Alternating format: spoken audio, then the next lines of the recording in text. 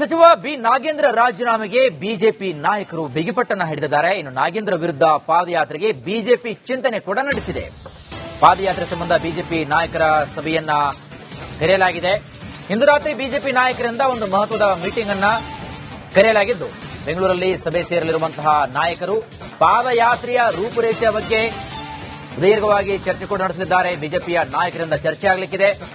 ಆ ನಿಟ್ಟಿನಲ್ಲಿ ಈ ಒಂದು ಪಾದಯಾತ್ರೆ ಬಹಳಷ್ಟು ಮಹತ್ವವನ್ನು ಪಡೆದುಕೊಳ್ಳಬೇಕಂದ್ರೆ ಯಾವ ನಿಟ್ಟಿನಲ್ಲಿ ಯಾವ ರೀತಿಯಾಗಿ ಪಾದಯಾತ್ರೆಯನ್ನು ಮಾಡಿದ್ರೆ ಸರ್ಕಾರಕ್ಕೆ ನಾವು ಬಿಸಿಯನ್ನ ಮುಟ್ಟಿಸಬಹುದು ಅಂತ ಚರ್ಚೆ ಕೂಡ ಆಗಲಿಕ್ಕಿದೆ. ಹೆಚ್ಚಿನ ಮಾಹಿತಿಯನ್ನು ಕೊಡ್ತಾ ಹೋಗ್ತಾರೆ ನಮ್ಮ ಪ್ರತಿನಿಧಿ ಚಂದ್ರಶೇಖರ್ ದೂರವಾಣಿ ಸಂಪರ್ಕದಲ್ಲಿದ್ದಾರೆ.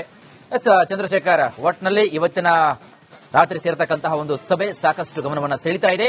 ಆ ನಿಟ್ಟಿನಲ್ಲಿ ಪಾದಯಾತ್ರೆಯಲ್ಲಿ ಯಾವೆಲ್ಲ ವಿಚಾರಗಳನ್ನ ಹಾಗೂ ಯಾವ ರೀತಿಯಾಗಿರುತ್ತೆ ಹೆಚ್ಚಿನ ಮಾಹಿತಿಯನ್ನು ಕೊಡ್ತಾ ಹೋದರೆ ಚಂದ್ರಶೇಖರ್. ಸುರೇಶ್, ಖಂಡಿತವಾಗ್ಲು ಈಗಾಗಲೇ ಸಚಿವ ನಾಗೇಂದ್ರ ರಾಜೀನಾಮೆಗೆ ಒತ್ತಾಯಿಸಿ ವಿಪಕ್ಷಗಳಾದಂತಹ ಬಿಜೆಪಿ ಮತ್ತು ಜೆಡಿಎಸ್ ಸದನದ ಒಳಗೆ ಪ್ರತಿಭಟನೆಯನ್ನ ಮಾಡ್ತಾ ಇರ್ತಕ್ಕಂಥದ್ದು.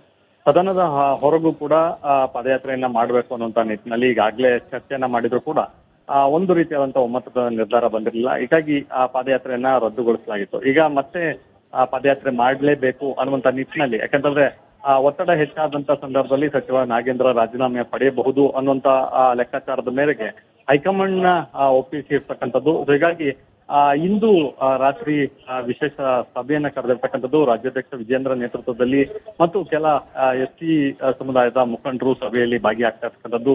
ಸಭೆಯ ಬಳಿಕ ಪಾದಯಾತ್ರೆಯನ್ನ ಎಲ್ಲಿಂದ ಮಾಡಬೇಕು ಮತ್ತು ಯಾವತ್ತಿಂದ ಪಾದಯಾತ್ರೆಯನ್ನ ಮಾಡಬೇಕು ಅನ್ನುವಂತ ಒಂದು ನಿರ್ಧಾರವನ್ನು ಮಾಡುವಂತದ್ದು. ಸೊ ಬಹುತೇಕ ನಾಳೆ ಸುದ್ದಿಗೋಷ್ಠಿಯನ್ನ ಕರೆದು ಪಾದಯಾತ್ರೆ ಬಗ್ಗೆ ಘೋಷಣೆಯನ್ನ ಮಾಡ್ತಿರ್ತಕ್ಕಂಥದ್ದು. ವೀರೇಶ್, ಥ್ಯಾಂಕ್ ಯು ಚಂದ್ರಶೇಖರ್ ತಮ್ಮೆಲ್ಲ ಮಾಹಿತಿಗಾಗಿ.